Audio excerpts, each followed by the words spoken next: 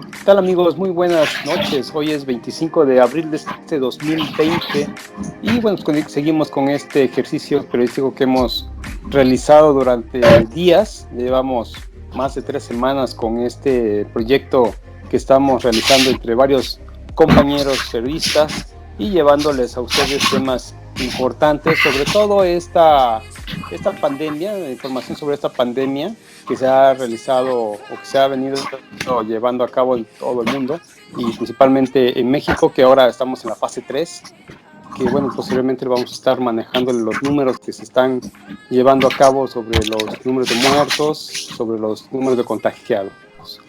Pero antes de continuar con los temas que tenemos el día de hoy, vamos a presentar a nuestros compañeros que están ya integrados en este momento. Lorenzo Martínez, por un lado, Buenas tardes. a Arturo Suárez. Hola Rafa, buenas noches. Buenas tardes a los tres. Muy bien, pues ya que estamos aquí en la mesa, pues vamos a manejar ya los temas que traemos.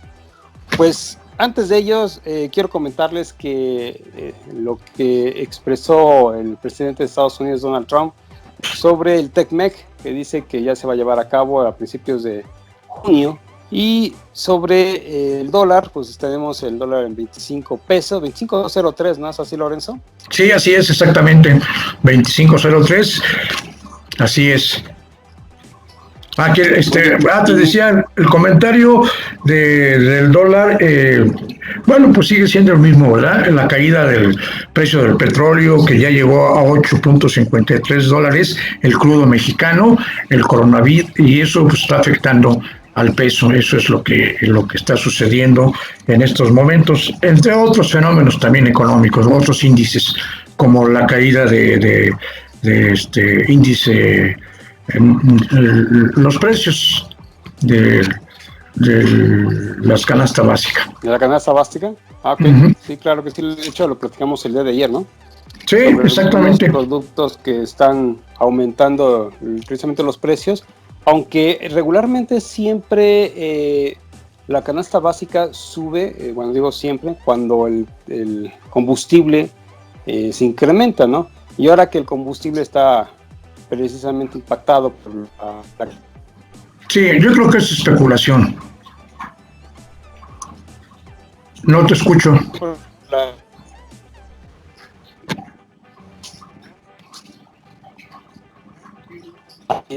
Ahí estamos ya. Ah, ok. Sí, yo creo que es especulación, porque los precios están subiendo muchísimo, más del 40-45% en los últimos días de alimentos como el huevo, el tomate, etcétera. Creo que sí es una especulación, porque sí hay productos. Sí, claro.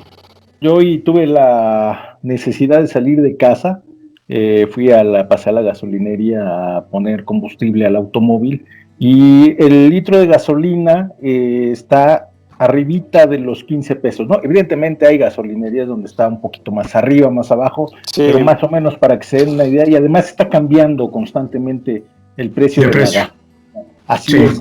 Entonces, corresponde a esto que habíamos platicado la semana pasada, la caída del precio del barril de petróleo, y en fin, con esto también el aumento que ya hablaban de la canasta básica, pero ahora la gasolina no está tan cara, ¿no? Entonces corresponde a una parte de la especulación, porque cuando suben los combustibles, por consecuencia sube absolutamente todo, pero cuando baja el combustible en estas circunstancias, no bajan los productos de la canasta básica, es decir, se mantienen, y ahí va poco a poco esta situación que estamos viviendo, que es uno de los factores que le critican severamente a López Obrador, ¿no? Este apoyo que vendrá después, o los pocos apoyos, ¿no? A la parte del empresariado, pero insistimos, a los empresarios micro y pequeños, porque cuando hablamos de empresarios, muchos de los amantes de López Obrador creen que se habla de Slim, y la verdad es que no son todos los empresarios de México, son como Carlos Slim y las cámaras. No, para nada. Para nada, te digo que casi el 90%, o más del 90% son micros, pequeñas y medianas empresas en el país. Estamos hablando de 4.200.000 y cacho de empresas. Y las empresas grandes, bueno, pues son muy pocas. Empresas transnacionales, nacionales como la Bimbo, las empresas de Slim, en fin, pero son las menos. Y son las que deben muchísimo más al fisco, ¿eh? Sí.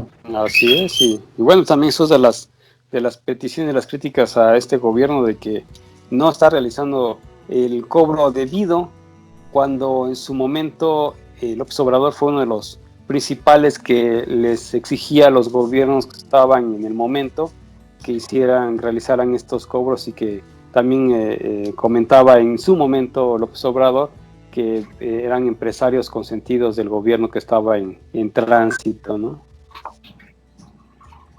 Fíjate que, por cierto, hay un meme que los empresarios le pidieron a López Obrador que liberara recursos y se equivocó, liberó reclusos. Sí, ¿verdad? René Cervera, ¿cuál es su opinión al respecto? Pues mira, lo que aquí siempre ha tenido México son tasas de ganancia muy grandes para los empresarios, sobre todo para los grandes empresarios.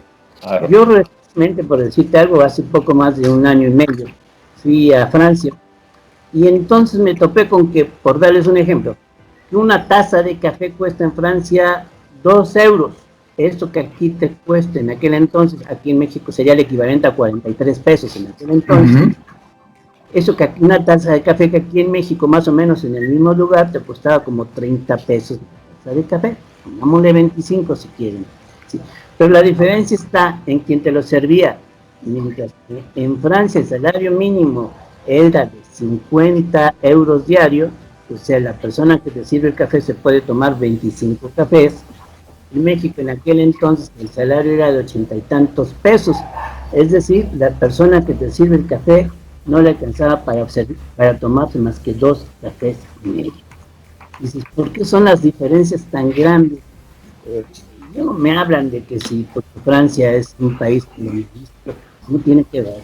Lo que son muy grandes aquí en México son las tasas de ganancias de quien te renta el local, de quien te vende las casas. El café, por ejemplo, que aquí debería salir más barato, pues resulta que en relación al salario es más alto. Tendremos que revisar esas tasas de ganancias que son en México realmente muy altas en relación al salario. Ahora, René, ahora que tocas esto, a mí me surge una pregunta con esto que hizo López Obrador, porque fue una iniciativa de López Obrador, del Congreso y demás, subir el salario mínimo en el país.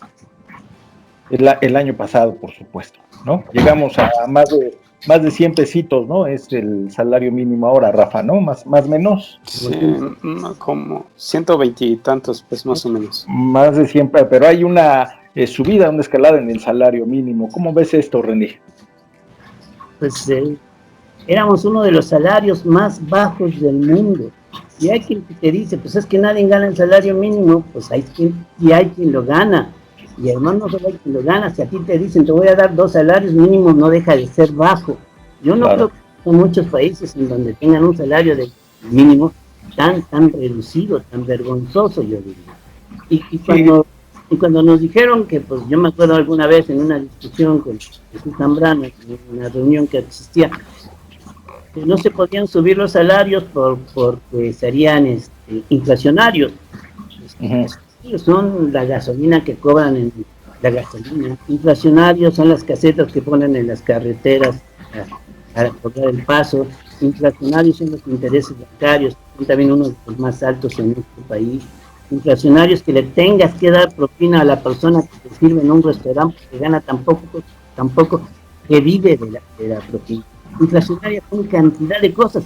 Lo que era realmente preocupante de todas estas causas inflacionarias, la única que tenían en cuenta era lo que hace que un país, una economía funcione son 3 factores. Quien se arriesga, solamente puede ser privado, también puede ser las condiciones garantías del Estado, el consumo y la parte de este país.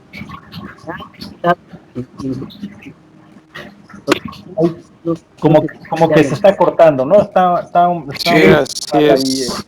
el René está un poquito Pues nada mal más ahí que, el bueno, sí, audio. en lo que recupera René, pues nada más mencionar que el salario mínimo está en 123.22 en las zonas fronterizas y en 185.56 pesos, perdón, al revés, 185.56 pesos en la frontera y 123.22 en nivel nacional.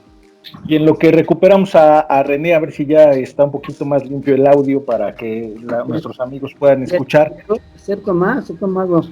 Ahí estás bien. A ver, les doy las cifras del día de hoy. El día de hoy, el parte que da López-Gatell son 13.842 confirmados acumulados, es decir, desde que inició esto hasta el día de hoy, 8.239 sospechosos acumulados, 43.419 negativos acumulados. Los confirmados activos son los 4.798 y las defunciones son 1.305 defunciones el día de hoy. Personas estudiadas van 65.500 en esta, pues desde que comenzó esto en México. Así es que 1.305 defunciones. ¿Cuánto fue el día de ayer? No sé, son 1.200. 84 defunciones más, me están pasando aquí el dato, 84 defunciones más de ayer al día de hoy, es decir, si nosotros traíamos una constante más o menos de 40, 45, pues hoy estamos en el doble, ¿no? Lo que pasa es que del jueves al viernes, del jueves a ayer, fueron 152 muertos.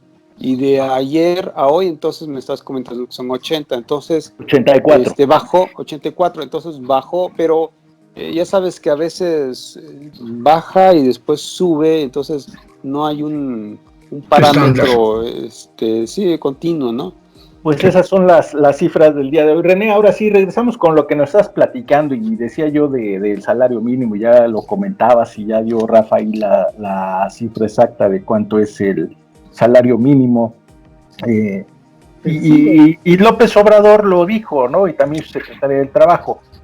Debería de subir más el salario. Con todo y ello, Lorenzo, que ha cubierto durante muchos años las fuentes económicas y las financieras, pues nos podría hablar también un poco de si es cierto que se dispara la inflación subiendo el salario mínimo, ¿no, René? No automáticamente, como muchos dicen. De hecho, cuando subió el salario mínimo, no fue tanta la inflación en relación a lo que subió el salario. Lo que pasa es que esto del salario fue una recomendación del llamado consenso de Washington, tener salarios bajos, porque se está pensando más en exportar que en el consumo en el mercado interno. Eso es lo que está en cuestionamiento. ¿Y me oyeron ahora sí? Hola. ¿Se perdió? ¿Perdón? Ahí te tenemos, René. Decía que lo que pasa es que el llamado consenso de Washington lo que hace fue recomendar pensar más en exportar el mercado interno. Ese es el problema. Y que bueno, pues que estamos pensando también, y ahora con estos problemas todavía de mayor manera, tenemos que pensar más en el mercado interno, porque exportar o importar es algo que se nos descontrola, de lo que nosotros no podemos sernos responsables. Había la promesa de López Obrador y de la Secretaría del Trabajo de seguir escalando poco a poco el salario mínimo, ¿no? De apoyar a los que menos tienen. Creo que en ese sentido nadie podría estar en contra de López Obrador. Sin embargo, no es lo mismo hacerlo en los primeros meses de un gobierno que había generado mucha expectación que hacerlo en este momento o meses después de la pandemia, no sumidos en una crisis, Lorenzo. Sí, mira, el problema del salario mínimo, yo estoy de acuerdo que hay aumentos en el salario mínimo. El problema es que se dan los aumentos, pero no se prevé ayudar a la economía interna. Es decir, ¿por qué no se prevé? Porque en el momento que suben los salarios en México, siempre ha sucedido así, aumentan los precios y el consumo interno se viene desnivelando. ¿Esto qué significa? ¿Qué significa? Que no hay, por ejemplo, en este caso la Profeco, que es la que debiera o debería de estar regular, muy pendiente en que no se suban los precios, entonces el salario mínimo sí funcionaría. Pero en este caso, como se disparan los precios, entonces sí le afecta mucho a la economía y efectivamente la inflación pues se va subiendo por estos problemas de falta de soportes o recursos para parar los precios que la mayoría de la gente hace cuando hay un aumento de salario mínimo. Entonces los empresarios, los comerciantes, de inmediato suben sus precios y no hay quien los pare. Ese es el grave problema. Si se pararan los precios, es decir, si se ajustaran a una realidad, a la realidad del actual salario mínimo, entonces sí tendríamos menos problemas en la cuestión económica, en el consumo interno, principalmente el consumo interno, y esto ayudaría mucho a que la inflación pues no se nos fuera de las manos. Y bueno, también hay que agregar que esta situación del aumento del salario mínimo también se lleva a cabo por la situación del TECMEC, que en este aspecto sí, no es lo mismo el salario de Canadá que en Estados Unidos, que obviamente que en México, ¿no? Y que después del Tratado de Libre Comercio que se realizó en el 98 con Carlos Salinas, no, Salinas de Gortari. Solamente con Carlos Salinas de Gortari, pues el 90, siempre ha quedado hasta 94, 94. Salinas salió en 94. Bueno, pero estos fueron requisitos del TECMEC ahora, y son requisitos, pero en determinadas áreas.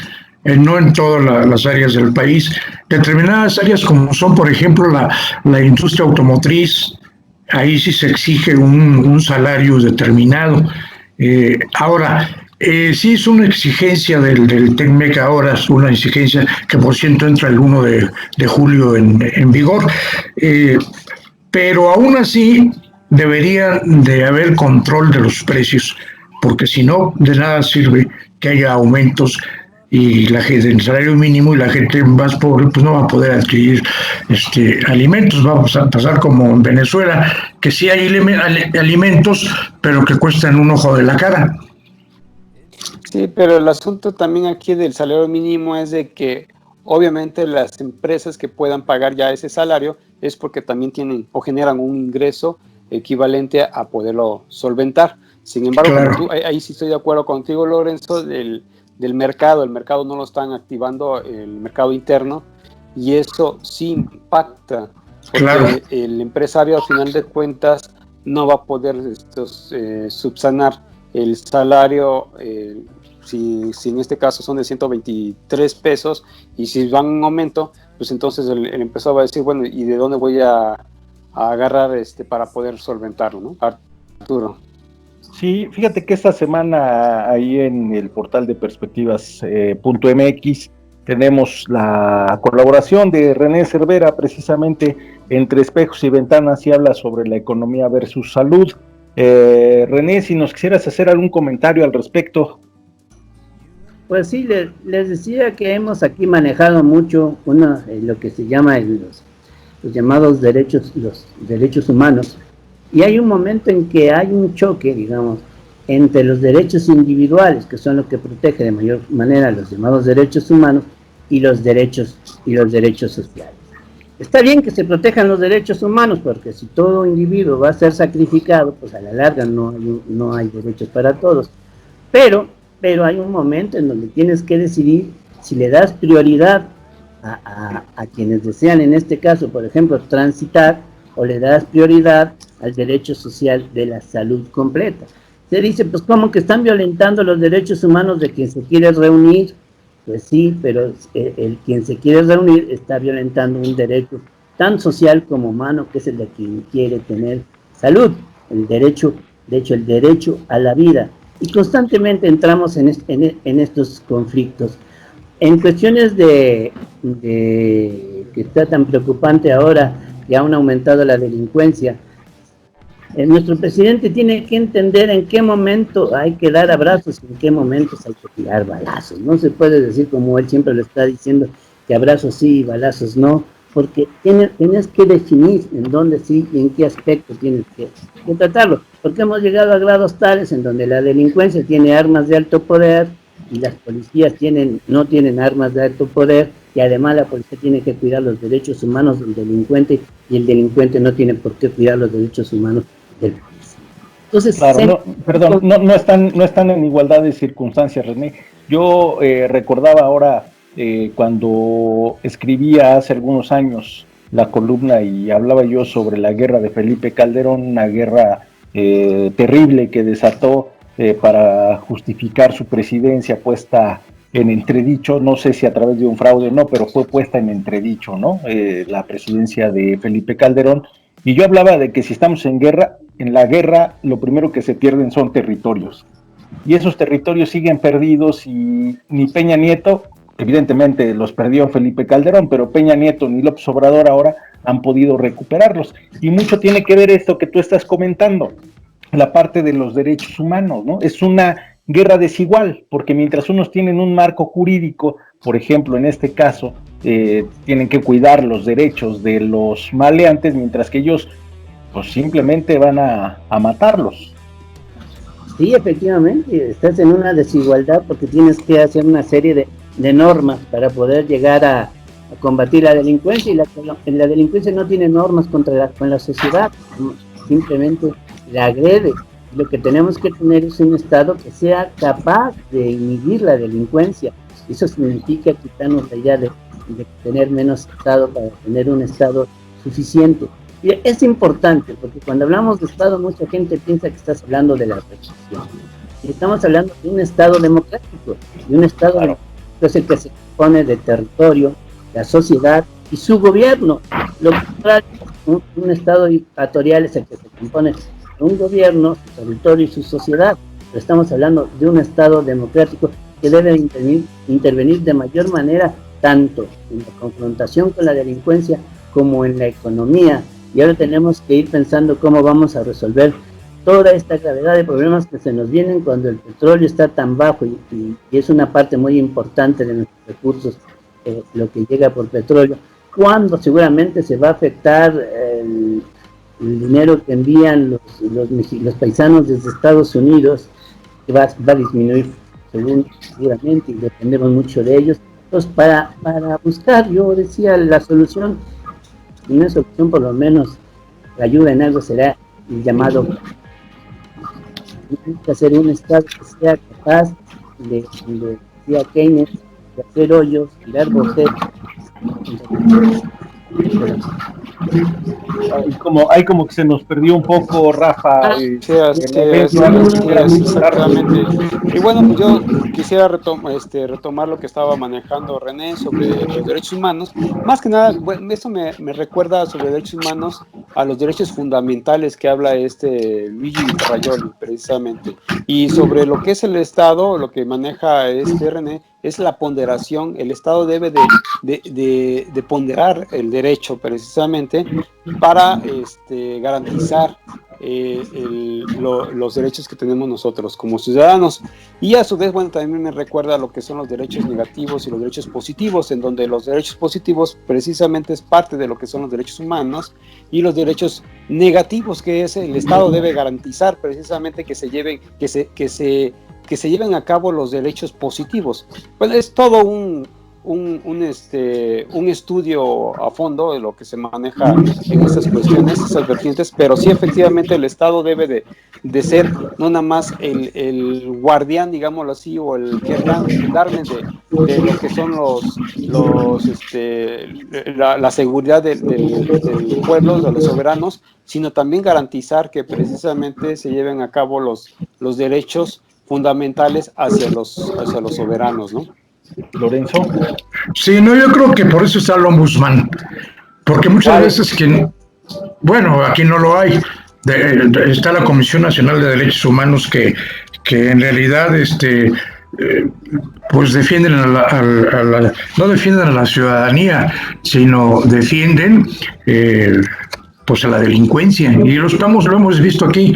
Desgraciadamente se tergiversó mucho el ombudsman desde Oslo, cuando vino aquí a México por primera vez, pero el ombudsman es una figura que debe de existir en México porque el Estado muchas veces, y hablo del Estado en general, no solo el gobierno, sino el Estado, y bueno, más el gobierno, sí debe, como dice Rafa, debe de vigilar, pero infortunadamente muchas veces viola los derechos humanos ese gobierno a través de la policía, sí, a través de los... Pero por eso, Lorenzo, están también la Corte Internacional, claro. El pacto de San José, precisamente porque bueno, tenemos una Corte Interamericana, y en este caso, bueno, si la Comisión de Derechos Humanos mexicana, pues sabemos bien que está ahorita del lado no es imparcial, sino es parcial del lado del gobierno, pues por eso tenemos instancias internacionales, y en esa situación pues sí, está la Corte. Desgraciadamente sí.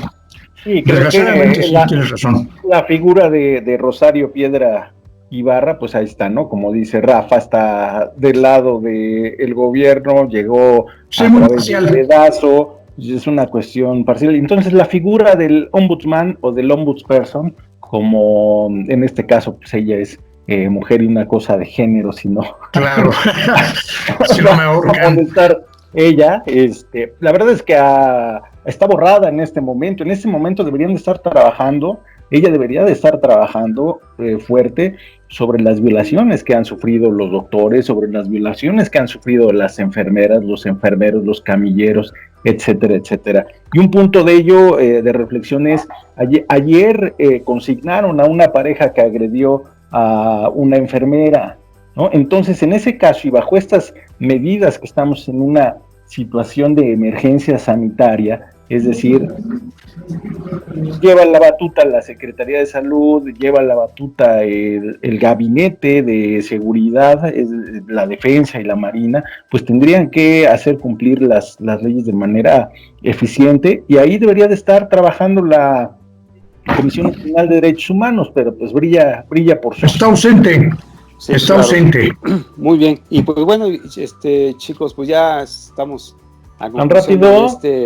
¿Cómo? Sí, tan rápido, tan bonito. Que si estamos empezando. Pero pues bueno, vamos a ir ya con el cierre.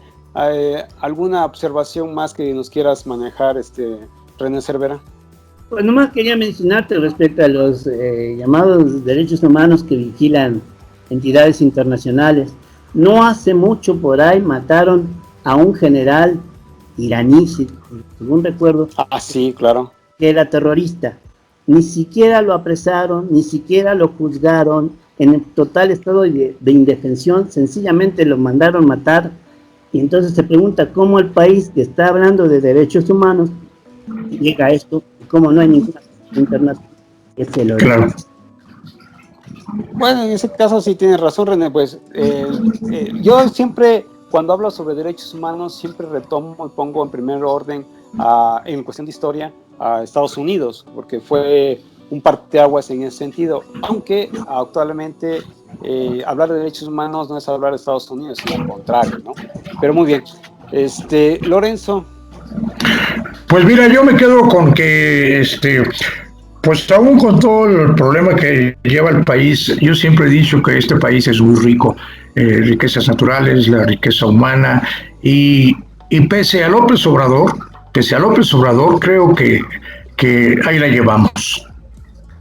Y espero que salgamos de esto, que lo veo muy difícil, pero no hemos caído tanto todavía. Me refiero yo, todavía podemos comer.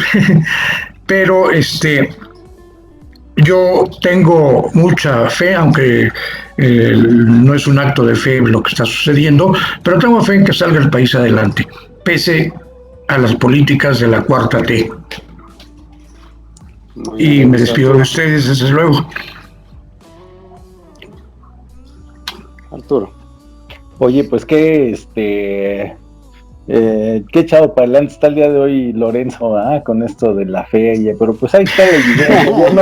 Yo no quiero ser pesimista. Obrador, ¿no? Yo no quiero ser pesimista, pero la evidencia nos dice que no vamos, no vamos para que esto termine bien, pero no, bueno, yo no digo que bien. que salgamos. Démosle el beneficio de la duda a la fe, y mira que ya es mucho decir.